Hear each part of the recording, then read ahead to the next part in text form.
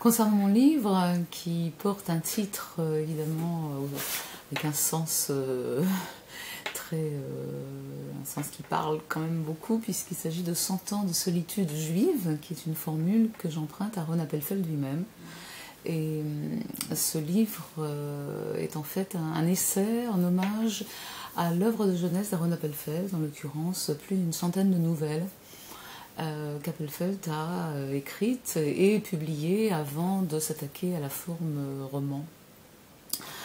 Le shalom et le vivre ensemble, eh bien, c'est ce à quoi sont à la recherche les personnages d'Appelfeld dans ses premières nouvelles, dans ce monde plutôt hostile, puisqu'il s'agit non pas du tout, de manière générale, de décrire ce qui s'est passé pendant la Shoah, mais bien en amont, c'est-à-dire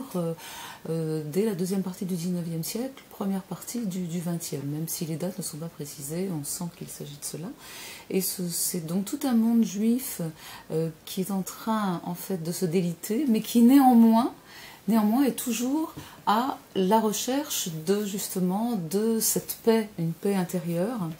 et du vivre ensemble autant que faire se peut. Je vous donne un tout petit exemple, puisque je crois que je n'ai pas beaucoup de temps. C'est l'exemple, puisque je procède par thème, avant d'entamer une analyse de l'art poétique, et bien parmi les thèmes, il y a celui de l'auberge juive. Et l'auberge juive, ce n'est pas un thème qu'Appelfeld a inventé, c'est un motif qu'on retrouve énormément dans la littérature yiddish, et c'est vraiment le lieu isolé au milieu de la steppe, où pendant les mois d'hiver, lorsque les voyageurs de commerce juifs épuisés aperçoivent cette petite lanterne au loin, ils savent qu'elle leur est destinée, ils savent que là-bas, ils vont pouvoir trouver, comme l'écrit Appelfeld, un plat juif, une parole juive, une maison juive. Et l'aubergiste est véritablement ce père de famille qui accueille un petit peu toutes ces, je dirais brebis égarées, parce que l'expression s'y prête en français, mais en tout cas tous ces juifs plus ou moins errants,